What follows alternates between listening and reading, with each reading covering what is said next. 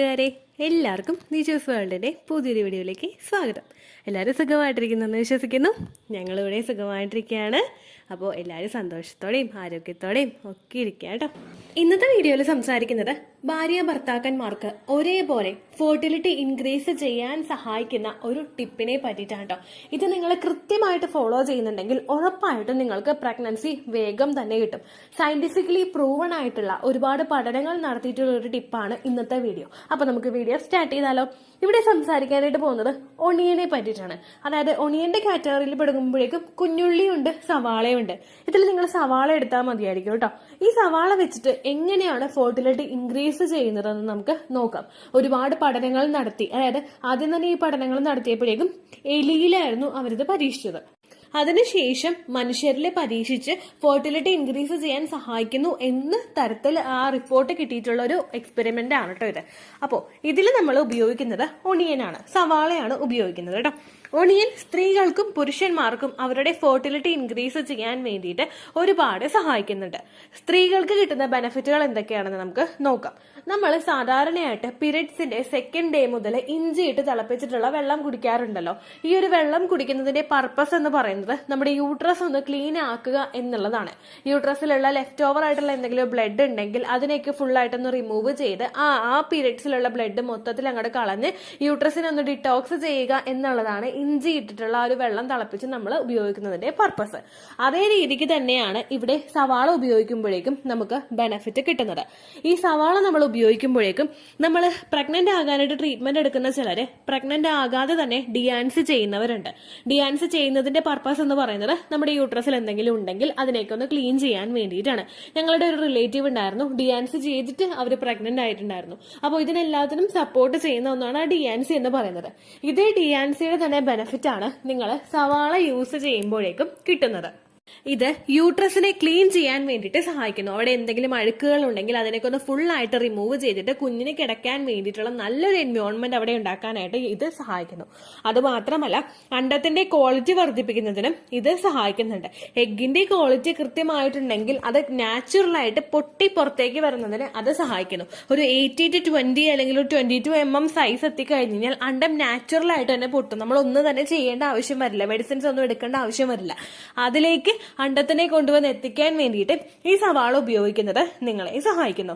അത് മാത്രമല്ല irregular periods ഉള്ളവർക്ക്, അതായത് പീരിയഡ്സ് കൃത്യമായിട്ടുള്ള ഇന്റർവെൽസിൽ വരാത്തവർക്കും എന്ന് ഡേറ്റ് വരുമെന്ന് എക്സ്പെക്ട് ചെയ്യാൻ പറ്റാത്തവർക്കും ഒക്കെ ഇത് ഉപയോഗിച്ചു കഴിഞ്ഞാൽ അവരുടെ പീരിയഡ്സിനെ നോർമൽ ആക്കി കൊണ്ടുവരാൻ വേണ്ടിയിട്ടും റെഗുലർ സൈക്കിൾ ആക്കാൻ വേണ്ടിയിട്ടും ഇത് സഹായിക്കുന്നു. അത് മാത്രമല്ല സവാളയിൽ അടങ്ങിയിട്ടുള്ള പവർഫുൾ ആയിട്ടുള്ള ആന്റി ഓക്സിഡൻസ് എഗ്ഗിന്റെ DNA ഡാമേജ് വരുന്നത് പ്രിവെന്റ് ചെയ്യുന്നു. അണ്ടത്തിന്റെ DNAയും അല്ലെങ്കിൽ സ്പേമിന്റെ DNAയിലും ഡാമേജ് സംഭവിക്കുമ്പോഴാണ് കുഞ്ഞിന് കുറച്ച് അബ്നോർമാലിറ്റീസ് ഉണ്ടാവുന്നത്, ജനിതകപരമായിട്ടുള്ള വൈകല്യങ്ങൾ ഉണ്ടാവുന്നത്. ഇതൊക്കെ ഒന്ന് വരുന്നത് പ്രിവെന്റ് ചെയ്യണമെങ്കിൽ ആ DNA സ്ട്രക്ചർ കൃത്യമായിട്ട് ഫോം ചെയ്യണം. അതിനു വേണ്ടിയിട്ട് ഇത് സഹായിക്കുന്നു. അതിനെ ഫ്രീ റാഡിക്കൽസിൽ നിന്ന് പ്രൊട്ടക്ട് ചെയ്തിട്ട് നമ്മളുടെ ആ ഒരു ആന്റി ഓക്സിഡൻസ് കൃത്യമായിട്ട് അതിനെ ആ ഒരു പ്രൊട്ടക്ട് ചെയ്യാൻ വേണ്ടിയിട്ട് സഹായിക്കുന്നു. സ്ത്രീകളെക്കാളും കൂടുതൽ വളരെയധികം ഇത് പുരുഷന്മാരുടെ ഫെർട്ടിലിറ്റി വർദ്ധിപ്പിക്കാൻ വേണ്ടിയിട്ട് സഹായിക്കുന്നു. പുരുഷന്മാരിൽ അവരുടെ ടെസ്റ്റോസ്റ്റിറോണിന്റെ വാല്യൂ വർദ്ധിപ്പിക്കാൻ വേണ്ടിയിട്ട്, ടെസ്റ്റോസ്റ്റിറോണിന്റെ അളവ് വർദ്ധിപ്പിക്കാൻ വേണ്ടിയിട്ട് ഇത് സഹായിക്കുന്നു. ഒണിയനിൽ അടങ്ങിയിട്ടുള്ള കോഴ്സെറ്റിൻ LH ഹോർമോണിന്റെ അളവ് ശരീരത്തിൽ കൂട്ടുന്നു. LHന്റെ അളവ് കൂടിക്കഴിഞ്ഞു കഴിഞ്ഞാൽ ഓട്ടോമാറ്റിക്കലി അവരുടെ ശരീരത്തിൽ ടെസ്റ്റോസ്റ്റിറോണിന്റെ അളവ് വർദ്ധിക്കാനും ഇത് സഹായിക്കുന്നു. ക്വാളിറ്റി ഉള്ള ഒരു സെമൻ പ്രൊഡ്യൂസ് ആകണമെങ്കിൽ പുരുഷന്മാരുടെ ശരീരത്തിൽ ടെസ്റ്റോസ്റ്റിറോണിന്റെ അളവ് കൃത്യമായിട്ട് തന്നെ മെയിൻറ്റെയിൻ ആയി പോകണം. അപ്പോൾ ഇതുവഴി സ്പേമിന്റെ പ്രൊഡക്ഷൻ കൂട്ടുന്നതിനും ക്വാളിറ്റി വർദ്ധിപ്പിക്കുന്നതിനും ഇത് സഹായിക്കുന്നു.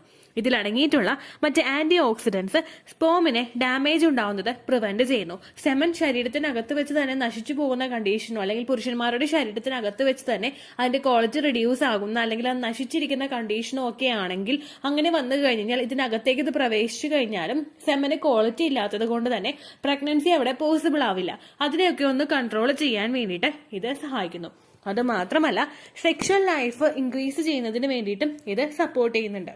ഫിസിക്കൽ കോണ്ടാക്ട് ചെയ്യുന്ന സമയത്ത് പ്രഗ്നൻസിക്ക് വേണ്ടിയിട്ട് ഫിസിക്കൽ കോണ്ടാക്ട് ചെയ്യുന്നു എന്നുള്ളൊരു തിങ്കിങ് നമ്മൾ മാറണമെങ്കിൽ നമ്മുടെ സെക്ഷൽ പെർഫോമൻസും സെക്ഷൽ ലൈഫും അതിനനുസരിച്ച് ഹൈ ആയിരിക്കണം, അല്ലെ അതിനനുസരിച്ച് ഇംപ്രൂവ്ഡ് ആയിട്ട് ഉണ്ടായിരിക്കണം. അങ്ങനെ അല്ലാതെ വന്നു കഴിഞ്ഞാൽ പ്രഗ്നൻസി നോക്കുന്നത് സെക്സ് ചെയ്യുന്നത് പ്രഗ്നൻസിക്ക് വേണ്ടി മാത്രമാണെന്നൊരു തോന്നൽ വന്നു കഴിഞ്ഞാൽ അത് എല്ലാവർക്കും തന്നെ പേടിപ്പെടുത്തുന്ന ഒരു സ്വപ്നമായിട്ട് മാറും.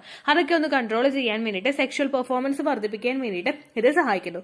അത് മാത്രമല്ല കേട്ടോ, നമ്മുടെ ഇമ്മ്യൂണിറ്റി വർദ്ധിപ്പിക്കുന്നതിന് വേണ്ടിയിട്ടും ഇത് സഹായിക്കുന്നുണ്ട്. സ്ത്രീകൾക്കാണെങ്കിലും പുരുഷന്മാർക്കാണെങ്കിലും പ്രഗ്നൻസി ട്രൈ ചെയ്യുന്ന സമയത്ത് പെട്ടെന്ന് ഇൽനെസ് ഉണ്ടാവുകയാണെങ്കിൽ, അലർജീസ് ഉണ്ടാവുകയാണെങ്കിൽ ഇതെല്ലാം നമ്മളുടെ ഇമ്മ്യൂണിറ്റി വീക്കാണ് എന്നതിന്റെ സൂചനയാണ്. ഇമ്മ്യൂണിറ്റി വീക്കായി പോകുന്നവർക്ക് പ്രഗ്നൻസി ആകാനായിട്ട് കുറച്ചൊന്ന് ഡിലേ ഉണ്ടാകും. അതൊക്കെ ഒന്ന് ഓവർകം ചെയ്യാനായിട്ട് ഇത് സഹായിക്കുന്നു. അടുത്തൊരു ബെനിഫിറ്റ് ആണ് നമ്മളുടെ ഡൈജഷൻ, അതായത് നമ്മുടെ ദഹന പ്രക്രിയ കൃത്യമായിട്ട് നടക്കുന്നതിന് വേണ്ടിയിട്ട് ഇത് സഹായിക്കുന്നു. നമ്മളുടെ ശരീരത്തിൽ ദഹനം കൃത്യമായിട്ട് നടക്കുന്നുണ്ടെങ്കിൽ മാത്രമേ ആ ശരീരത്തിലോട്ട് എത്തുന്ന ന്യൂട്രിയൻസ് മൊത്തം ശരീരത്തിന് ഓരോ ഭാഗങ്ങളിലോട്ടും സർക്കുലേറ്റ് ചെയ്യാനായിട്ട് സാധിക്കുള്ളൂ. ദഹനം കംപ്ലീറ്റ് ആയിട്ട് നടക്കുന്നില്ലെങ്കിൽ അവിടെ ഇൻഡൈജഷൻ ഉണ്ടാകും, നമുക്ക് ശരീരത്തിന് അസ്വസ്ഥതകൾ ഉണ്ടാകും, ന്യൂട്രീഷന്റെ അളവ് ശരീരത്തിൽ എത്തുന്നത് കുറയും. അതൊക്കെ ഒന്ന് ഓവർകം ചെയ്യാനായിട്ട് ഇത് കഴിക്കുന്നത് നിങ്ങളെ സഹായിക്കുന്നു. അത് മാത്രമല്ല ഓവറോൾ നമ്മളുടെ സ്കിന്നിനും അതുപോലെ തന്നെ നമ്മുടെ ഹെയറിനും ഒരുപാട് ബെനിഫിറ്റ് തരുന്നതാണ് ഈ ഒനിയൻ എന്ന് പറയുന്നത്. ഇനി ഇത് എങ്ങനെയൊക്കെയാണ് കഴിക്കേണ്ടതെന്ന് നമുക്ക് നോക്കാം. ഒനിയൻ എന്ന് പറയുന്നത് നമ്മൾ ഡയറക്റ്റ് അതിന്റെ തൊലി കളഞ്ഞിട്ട് നടുക്ക് വെച്ച് കട്ട് ചെയ്യാതെ നിങ്ങളൊരു സർക്കിൾ ഷേപ്പിൽ അത് കട്ട് ചെയ്യുക. അതായത് നമ്മളത് ചരിച്ച് വെച്ചിട്ട് കട്ട് ചെയ്യുക. അല്ലാതെ അതിന്റെ ആ ഒരു മുകളിലുള്ള സാധനം ചെത്തിക്കളഞ്ഞിട്ട് ഡയറക്റ്റ് ആയിട്ട് താഴോട്ട് കട്ട് ചെയ്യാതെ ചരിച്ചൊന്ന് കട്ട് ചെയ്യാനായിട്ട് ശ്രദ്ധിക്കുക. നമ്മളിപ്പോ എവിടെ നമ്മൾ റെസ്റ്റോറന്റിലൊക്കെ പോകുമ്പോഴേക്കും ഇപ്പൊ BDF പോലുള്ള കാര്യങ്ങളൊക്കെ മേടിച്ച് കഴിയുമ്പോൾ അവരിങ്ങനെ കട്ട് ചെയ്ത് സർക്കിളിൽ കട്ട് ചെയ്ത് അവർ വെച്ച് തരില്ലേ, ആ ഒരു ഷേപ്പിൽ നിങ്ങൾ കട്ട് ചെയ്തിട്ട് എടുത്ത് കഴിക്കുന്നതാണ് കേട്ടോ കുറെ കൂടി നല്ലത്. ഇത് റോ ഫോമിൽ എടുക്കാൻ പറ്റുന്നുണ്ടെങ്കിൽ നിങ്ങൾ അങ്ങനെ എടുക്കുക. അതായത് പച്ചയ്ക്ക് സവാള കഴിക്കാനായിട്ട് ഇഷ്ടമുള്ളവരുണ്ടാവില്ലേ, അങ്ങനെയുള്ളവരാണെങ്കിൽ നിങ്ങൾ ആ റോ ഫോമിൽ എടുക്കുക. അതല്ലെങ്കിൽ കറികളിൽ ഇത് കൂടുതലായിട്ട് ആഡ് ചെയ്തിട്ട് കഴിക്കുക. അതും അല്ലെങ്കിൽ ഇത് മാത്രം വെച്ചിട്ട് സെപ്പറേറ്റ് ആയിട്ട് നിങ്ങൾ കറികൾ ഉണ്ടാക്കി കഴിക്കുക കേട്ടോ. കൂടുതൽ ഓയിലിട്ട് വറുത്തെടുക്കാതെ അല്ലെങ്കിൽ കൂടുതൽ ഓയിലിട്ട് വേവിച്ചെടുക്കാതെ കുറച്ച് ഓയിൽ ഒഴിച്ചിട്ട് നല്ലതുപോലെ സവാളയൊക്കെ ഇട്ട് വഴറ്റിയിട്ട് എന്തെങ്കിലും കറികൾ നിങ്ങൾ പ്രിപ്പയർ ചെയ്തെടുക്കുന്നതും അത് നിങ്ങൾ കഴിക്കുന്നതും ഫെർട്ടിലിറ്റി വർദ്ധിപ്പിക്കാൻ വേണ്ടിയിട്ട് സഹായിക്കും കേട്ടോ. ഇത് കഴിക്കുന്ന സമയത്ത് നിങ്ങൾ പ്രത്യേകം ശ്രദ്ധിക്കണം. ഫെർട്ടിലിറ്റി ബൂസ്റ്റ് ചെയ്യാൻ വേണ്ടിയിട്ടുള്ള ഒന്നായതുകൊണ്ട് മറ്റുള്ള ഭക്ഷണങ്ങളൊക്കെ കഴിക്കുന്നതിനൊപ്പം എടുക്കാതെ ഇതിന്റെ ഗുണങ്ങൾ മാത്രം കിട്ടത്തക്ക രീതിയിൽ നിങ്ങൾ എടുക്കുക.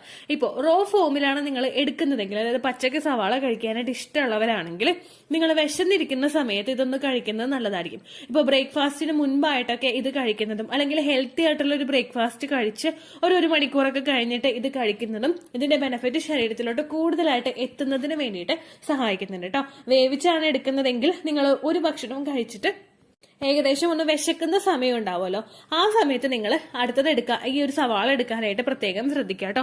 സ്ത്രീകൾ മാത്രമല്ല പുരുഷന്മാരും ഇതെടുത്ത് കഴിക്കുന്നത് നല്ലതാണ്. പ്രത്യേകം നിങ്ങളൊരു കാര്യം ശ്രദ്ധിക്കണം.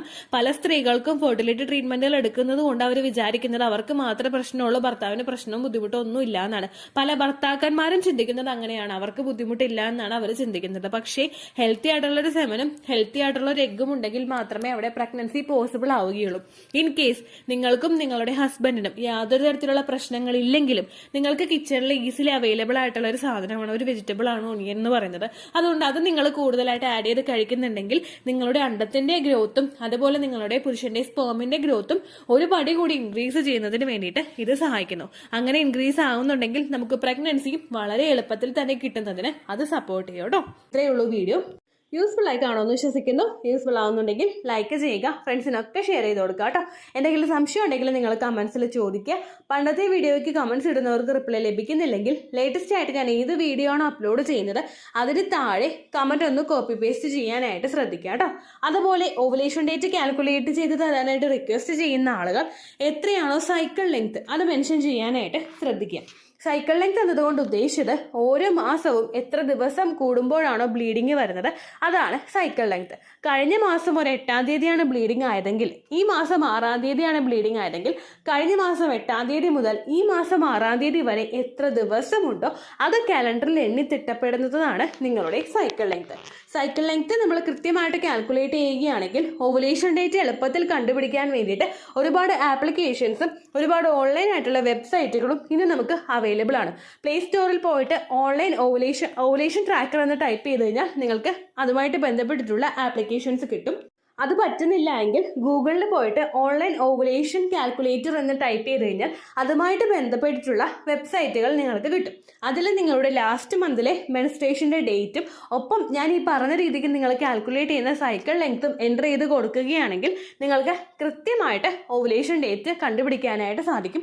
ഫെർട്ടൈൽ ടൈം പീരീഡും നിങ്ങൾക്ക് കിട്ടും. അതായത് എത്ര ദിവസം മുതൽ കോൺടാക്ട് ചെയ്ത് തുടങ്ങിക്കഴിഞ്ഞാൽ നിങ്ങൾ പ്രഗ്നൻ്റ് ആകും എന്നുള്ളൊരു ഡേറ്റും നിങ്ങൾക്ക് പ്രോപ്പറായിട്ട് കിട്ടും കേട്ടോ.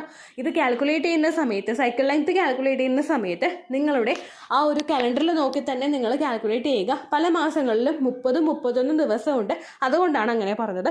ഒപ്പം നിങ്ങൾക്ക് ബ്ലീഡിങ് തുടങ്ങിയ ദിവസത്തിന് വേണം നിങ്ങൾ ഡേ 1 ആയിട്ട് എടുക്കാൻ വേണ്ടിയിട്ട്. സ്പോട്ടിങ് തുടങ്ങിയ ദിവസത്തിനെ, അതായത് ചെറുതായിട്ട് ഡിസ്ചാർജ് പോയി തുടങ്ങിയ ദിവസത്തിനെ നിങ്ങൾ കൺസിഡർ ചെയ്യേണ്ട ആവശ്യം ഇല്ല കേട്ടോ. അപ്പോൾ ഇത്രയേ ഉള്ളൂ വീഡിയോ. അടുത്തൊരു വീഡിയോ ആയിട്ട് നമുക്ക് വീണ്ടും കാണാം. ബൈ.